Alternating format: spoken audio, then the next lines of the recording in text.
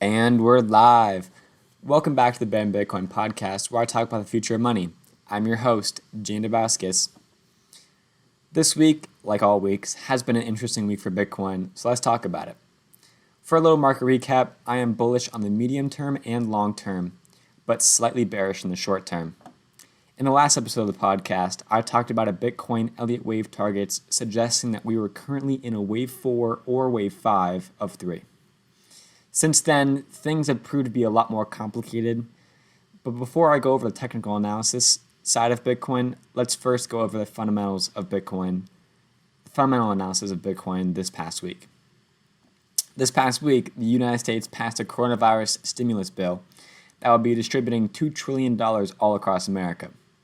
Single Americans can get up to $1,200 a month.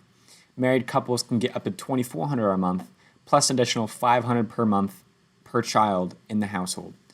Obviously, these are the maximum amounts you can get, and these amounts will decrease as you make more money and make more than the average American. Additionally, in this bill, all student loan payments are suspended without penalty until September 30th. Other funds will go towards bailouts to airports and airline companies and other large companies that needed bailouts pretty much, funding hospitals and other things. It also states that bailout money cannot go toward any company that is owned by politicians or politicians' families. That clause was probably aimed at Trump and his companies and stuff like that. And bailout money cannot be used for stock buybacks to boost stock price for any company receiving a bailout. There will be protections against foreclosures and evictions for people struggling to make ends meet during this time. There are other smaller clauses that aren't really that important.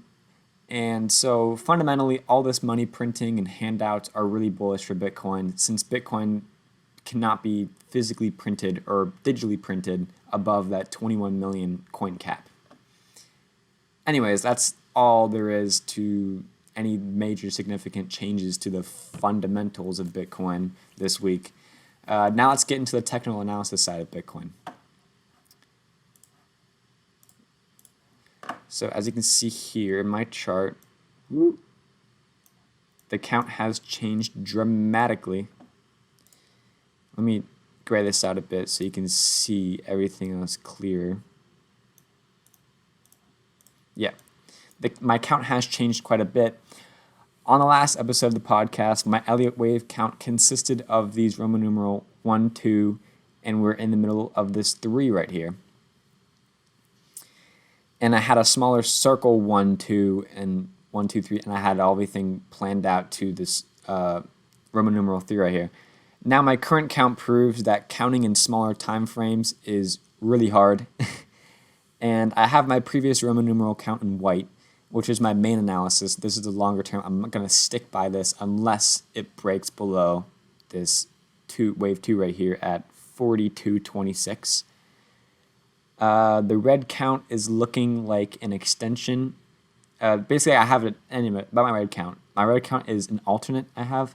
It's looking like an extension of this 3.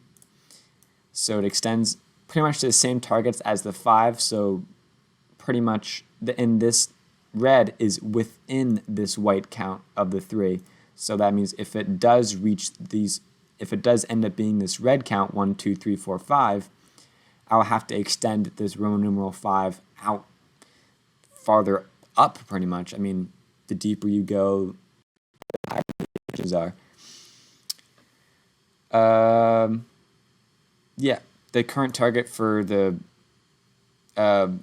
main analysis for wave 5 is 10,500-ish to basically 11,800-ish.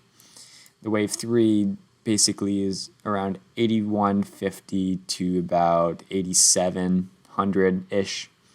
It's like round numbers. It doesn't have to be exact. It's just around close to in that box would be great. Yeah, so let's talk about why I saw this count and why I needed to change it, because it is actually kind of important. So as you can see, what made me change this into a mini 5 waves up right here, as you can see, it's 1, 2, 3, 4, 5, a clear 5 waves up. Physically, you can see Fibonacci-wise, it does fib out. the fibs work out, I meant to say. And what made me see this as from this 3 to this 5 right here, made me see as the end of a 5 waves, is there is a bearish divergence. As you can see, the MACD doesn't make any new highs. It just kind of stays around the same while the price makes new highs. That is what's called a bearish divergence. And it usually signals pretty much a top. First time it signals a mini top, and the second time it signals a top. I guess you can pretty much call it. I'm just making that up. But no, that's actually, bearish divergence is actually a thing.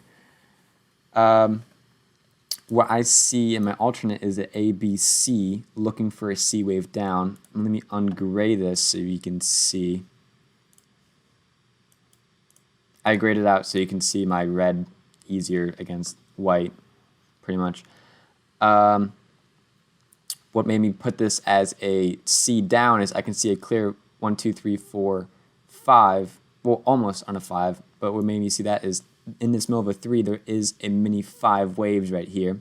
As you can see from that, as in a downtrend, it'd be a bullish divergence. So as price is making new lows from here to here, from the 3 to the 5 of 3, it's making lower or higher lows in the MACD right there. So if this can be seen as one big wave 1 right here and looking for a wave 2 down, Fibonacci says usually around 0.382 to 0.618 to even 0.786 retracement of the wave 1, looking for stuff like that. The reason I can extend this box out to 786 because technically that is right, but I'd like to keep my box up here since everyone is so bearish.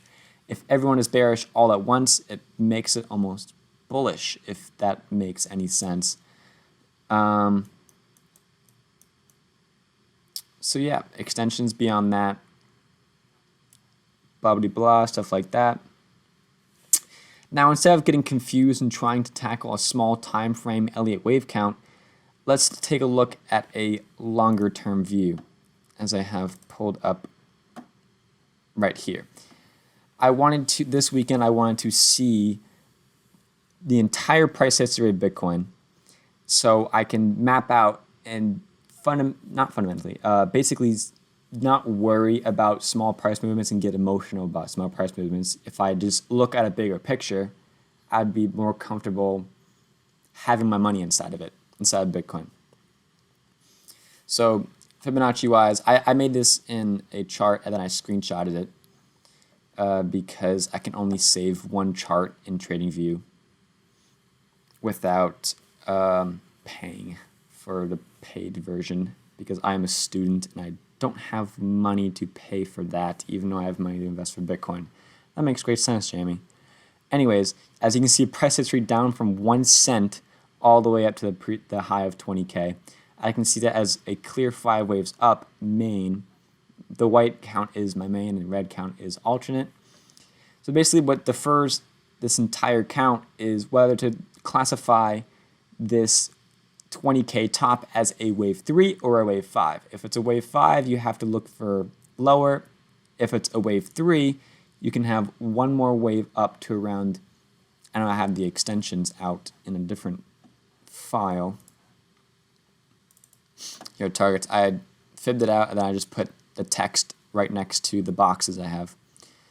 So if this is a wave 5, ABC down, that's a shallow wave 2. That's a shallow correction, to be honest. Then a super cycle wave 1, 2. The third up to 65, or anywhere from 48.7 to 65.5,000. Pull back down to 30K, up to 142, 230. That is really generous, I feel. I'm leaning towards my red count more, honestly. 45 to 95K. And time doesn't matter. You can't really predict the timing of it. You can just predict the targets of it. So let's say this wave 3 target might happen all the way out here in 2026 or something like that. That's just a long-term view in targets. I just put it there.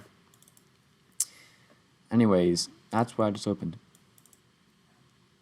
Anyways, I was told by my friend Ryan Wilday, who is an expert at Elliott wave theory, that the 1-2 waves in Bitcoin are tiny compared to the third wave, and that also that the fifth waves tend to extend a lot. That's why I made this count specifically. If you don't follow Ryan on Twitter, go give him a follow. I'll link his Twitter in the description below. So no matter the short-term price movements, I'm still long-term bullish and long-term bullish unless we break below this previous low of 38.50. If we break below this point right here, that will still make me long-term bullish, but it'll just take some time to get really bullish. If we break below that point, as I restated in my previous analysis, there's a chance we break below the December low of 3,100, 3,120 around. If we break below that, all hell breaks loose, and I guess we have to reevaluate what the hell Bitcoin is even anyways. Either if it's a safe haven asset or whatever people want to call it. If it breaks below that in a financial crisis like we're in right now, that wouldn't really be doing that well. So that's all for episode 22 of the Bear and Bitcoin podcast. Like the video and subscribe. Follow me on Twitter at JaneDabaskis, and peace out.